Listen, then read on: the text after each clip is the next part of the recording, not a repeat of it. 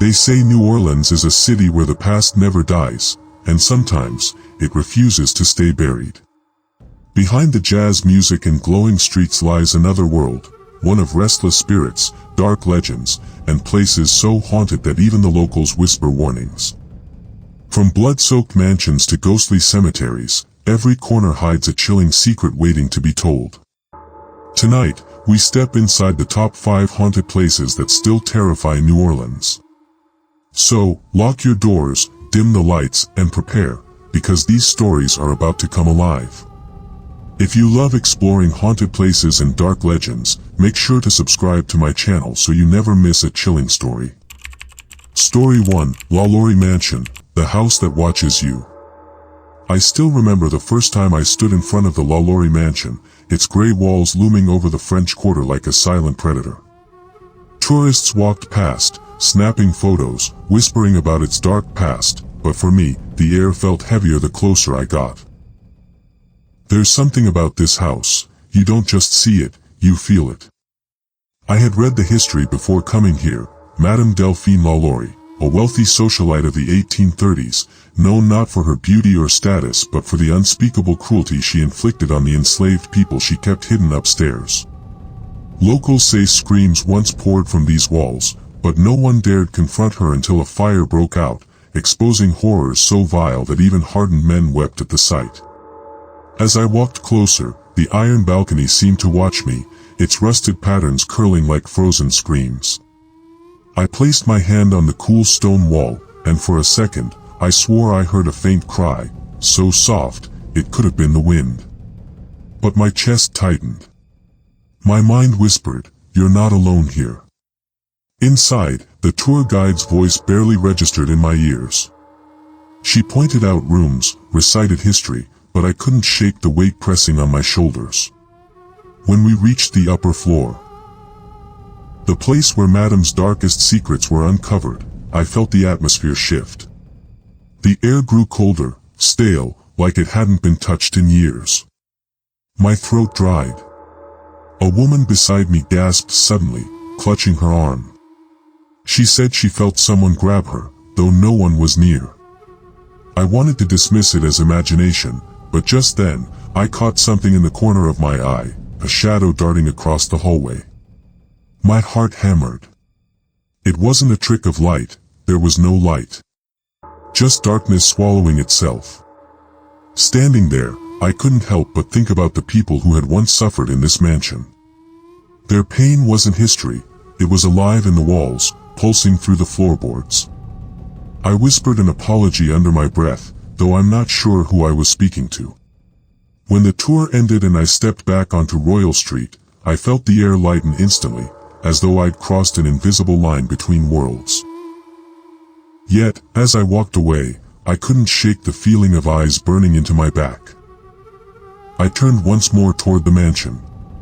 The windows reflected nothing but shadows, yet I knew, someone, or something, was still watching. Story 2, St. Louis Cemetery No. 1, The Restless Dead. The first thing that struck me about St. Louis Cemetery No. 1 was how close it felt, like the walls were leaning in, like the tombs themselves were alive and listening. The graveyard isn't vast, but once you step through its gates, you feel as though you've entered a maze built not for the living, but for the dead.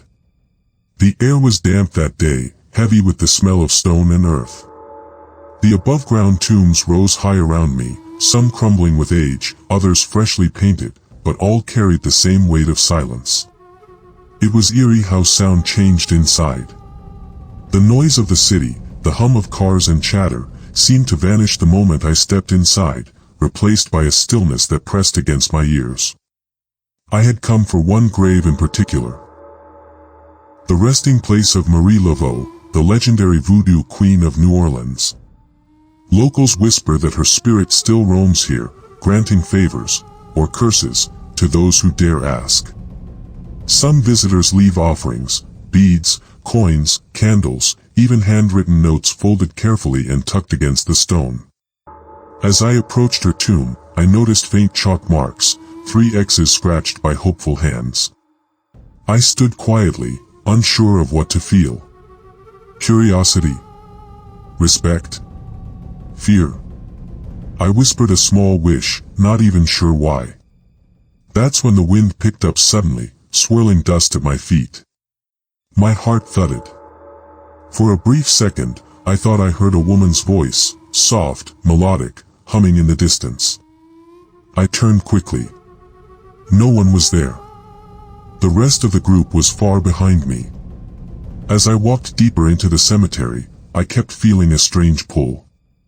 My eyes darted to shadows that seemed to shift between the tombs. At one point, I paused near an old, broken crypt. The door hung crooked, stone chipped away. And then, I swear, I heard scratching from inside. My skin prickled.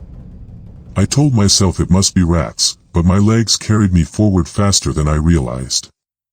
The guide later said many people report the same thing, footsteps behind them, cold touches on their shoulders, and whispers in the air.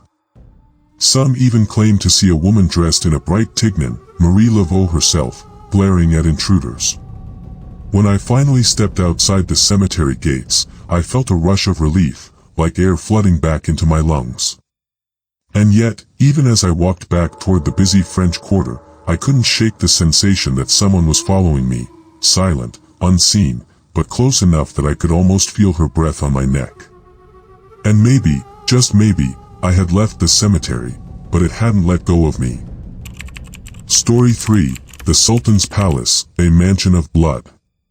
They call it the Sultan's Palace, though no real sultan ever lived there. Standing on Dauphine Street, the LaLaurie Mansion looks beautiful at first glance, an elegant Creole townhouse with iron balconies curling above the street. But the closer you stand, the more the beauty feels like a mask, hiding something rotten underneath. I had heard the story before coming. In the mid-1800s, a wealthy man from the Middle East rented this mansion. He arrived with strange luxuries, servants, and an endless parade of parties.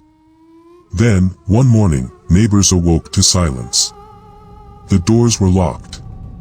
Days later, when someone finally forced entry, they found carnage, every single person inside, slaughtered. Some say their bodies were dismembered, others that they were buried beneath the floor. The so-called Sultan himself was found buried alive in the courtyard, sand stuffed in his throat. Walking up the steps, I felt my stomach knot. The tour guide's voice explained the massacre, but her words drifted away as I fixated on the windows. They were dark, yet I couldn't shake the feeling of someone standing just behind them, staring down at us. Inside, the rooms carried a damp chill, like the walls themselves remembered the blood. The parquet floor creaked beneath my feet. Suddenly, the faint smell of something metallic hit my nose, sharp, iron-like, as though the air still carried the ghost of spilled blood. I drifted toward a corner of the parlor, my heart thudding. For a split second, I swore I heard music, soft notes of a foreign instrument, rising and fading like echoes from another century. My skin prickled. No one else seemed to notice. I glanced at the group, but they were busy staring at the painted ceilings. Then came the footsteps. Slow, heavy, deliberate, descending the staircase. Every muscle in my body locked. I turned my eyes toward the stairs, expecting to see another tourist. Nothing. Just shadows pooling in the hallway. The guide later said visitors often hear footsteps and screams. Some even report phantom parties, music spilling out of the walls, lights flickering like a feast is still underway. But the most terrifying are the whispers, in a language few can understand, curling through the dark rooms. As I stood frozen in that parlor, I swear I felt warm breath at my ear, followed by a whisper I couldn't comprehend. My blood ran cold. I turned sharply, no one was there. By the time I stepped back onto Dauphine Street, the house loomed behind me like a predator watching its prey leave. And in that moment, I understood why the mansion carries its name. It is not the Sultan's palace. It is his prison. His screams, and the screams of all who died with him, are still trapped inside.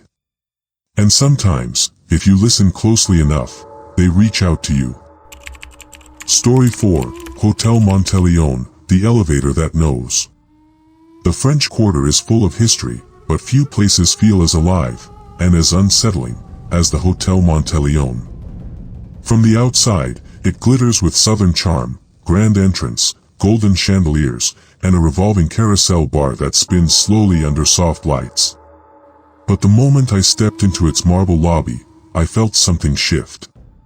Beneath the beauty was a hum, an energy, like the hotel itself was breathing. I checked in late, past midnight. The receptionist smiled politely, but her eyes flickered when she saw my room number, the 14th floor. She hesitated just for a second before handing me the key card.